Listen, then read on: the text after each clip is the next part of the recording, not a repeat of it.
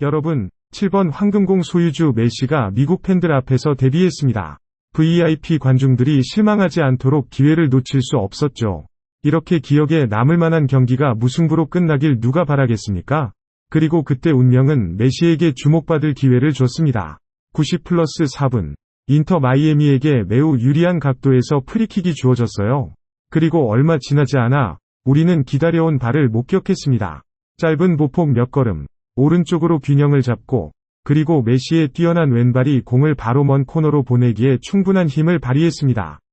무력한 크루스 아수르 골키퍼에게는 어떤 기회도 없었습니다.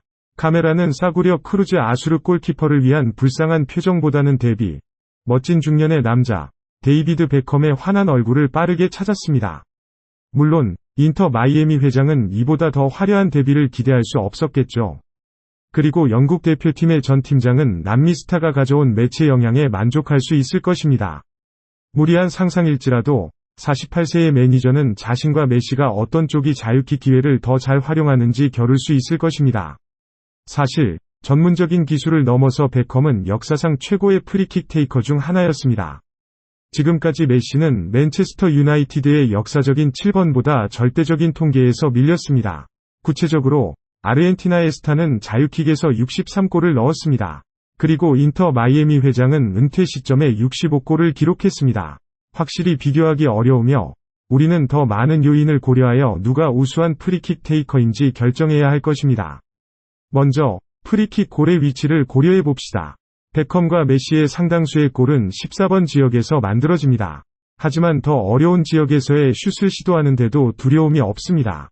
예를 들어 메시의 주장을 뒷받침하는 연구한 순간은 2017년 2월 4일 바르셀로나가 애슬레틱 빌바오를 3-0으로 이긴 경기입니다.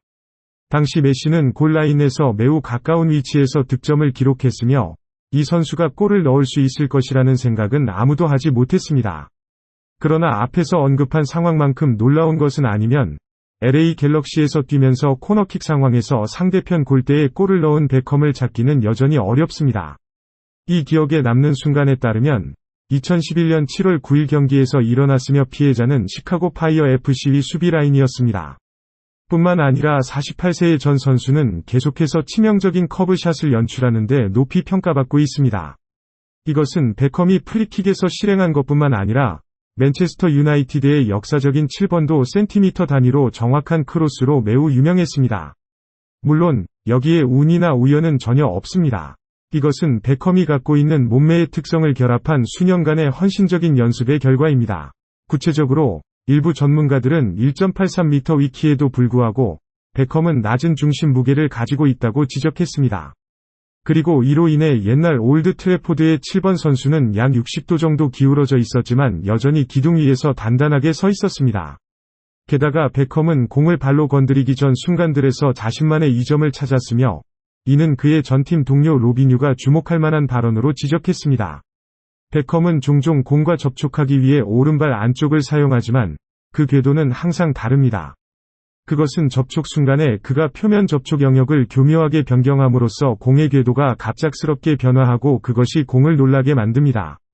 많은 선수들이 프리킥을 아주 잘 차기는 했지만 베컴은 항상 그 중에서도 최고 수준에 속합니다. 더 간단히 말해서 매우 유연한 오른발을 소유한 베컴은 공을 차는 순간 다른 지점과 접촉할 수 있었습니다. 이로써 이전 선수의 슛은 골키퍼들에게 처리하기 어려움을 안겨주었습니다. 심지어 이전 프리킥 골을 검토하고 분석해도 많은 골키퍼들은 다양한 수비 상황에 대비하기 어렵다고 느낍니다. 이는 공이 각 시도마다 회전과 압력이 달라져서 궤도가 예측하기 어려워지기 때문입니다. 뿐만 아니라 맨체스터 유나이티드의 전설은 자신의 기술을 연마하는 데 열심히 노력했습니다. 어린 시절부터 베컴은 끈기와 전문성으로 유명했습니다. 항상 멋진 외모로 인상을 씌워주었지만 베컴이 자신의 경력에 집중하지 못한다는 비판은 어렵습니다. 바로 그의 끈기가 LA 갤럭시의 전 성공적인 선수가 상징적인 프리킥을 창조하는 데 도움이 되었습니다. 메시의 경우에도 비슷한 상황이 나타났습니다. 그의 경력 초기 몇 년 동안 메시는 데드볼 상황을 효과적으로 활용하지 못했습니다. 이는 남미 스타가 훈련 세션에서 진지하게 공부하고 근면하게 연습하기 시작할 때만 개선되었습니다. 수년간의 헌신적인 훈련 시간 덕분에 36세의 포워드는 자신만의 비밀을 발견하고 메시의 상징적인 프리킥 스타일이 탄생하게 되었습니다. 오른쪽으로 약간 이동하면서 왼쪽 발을 들어올려 치는 것으로 치명적인 커브샷을 연출합니다.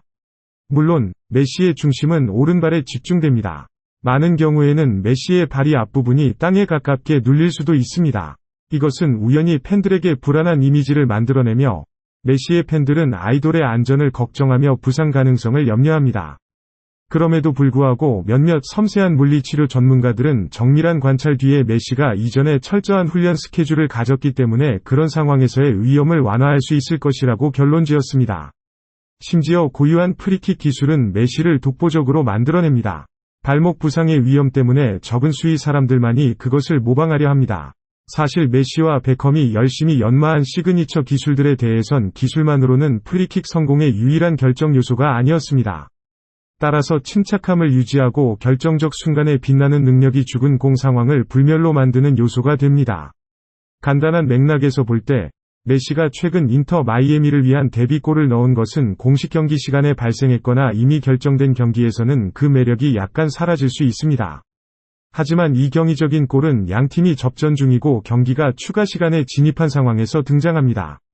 따라서 핵심 순간에 정확성을 확보하는 프리킥 전문가는 뛰어남을 보여줍니다.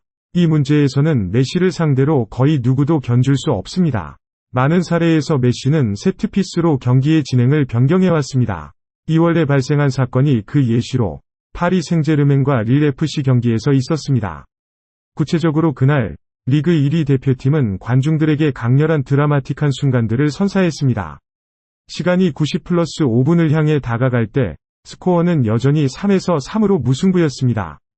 그러나 불운이 릴 FC에게 스코어에서 20m 떨어진 지점에서 프리킥을 양보하게 만들었습니다. 그리고 메시는 그의 상대방의 노력을 무의미하게 만들어버렸습니다.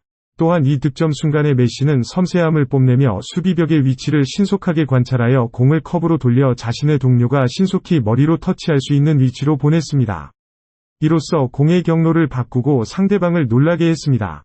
정말로 믿기 어렵게도 이러한 업적은 메시의 육체적 인내가 상당히 소모된 순간에 발생했습니다. 그럼에도 불구하고 7번이 골든볼 수상자는 압력에 영향받지 않는 것처럼 보입니다. 이제 그들의 경력이 접근하면서 36세의 스타들은 프리킥을 차면서 더욱 차분하고 경험 있는 모습을 보이곤 합니다. 이는 뛰어난 특수 기술을 마스터한 선수들은 항상 공식 경기에서 자신의 재능을 선보일 준비가 되어 있기 때문입니다. 이러한 주장의 대표적인 사례가 다비드 베컴입니다. 영국 대표팀의 전 주장으로 프리킥으로 눈에 띄는 순간을 만들었습니다. 2001년 그리스와의 경기에서의 골은 잉글랜드의 2002 월드컵 진출을 확보했습니다. 많은 이들에게는 그 뒤의 축하가 48세 전설의 경력에서 가장 감동적인 순간이었습니다. 이는 맨체스터 유나이티드의 아이콘이 여전히 1998년 월드컵에서 논란이 있었던 상황에서의 뉴럴지아를 아직까지도 신경 쓰고 있었기 때문입니다. 그러나 손목에 달린 주장의 팔찌와 함께 베컴은 그날 멀리 떨어진 골대의 모퉁이로 정확한 슛을 노렸으며 그날의 골은 잊을 수 없는 전설적인 순간을 만들었습니다. 시간은 이것을 증명했습니다. 20년이 넘은 뒤에도 그 아이코닉한 골을 재방문하면 많은 사람들은 여전히 전율을 느낍니다. 그리고 의심의 여지 없이 메시가 은퇴할 때도 유사한 반응이 일어날 것입니다. 그 시점에 메시의 아름다운 회상들 가운데 그의 프리킥은 의심할 바 없이 크게 주목받을 것입니다.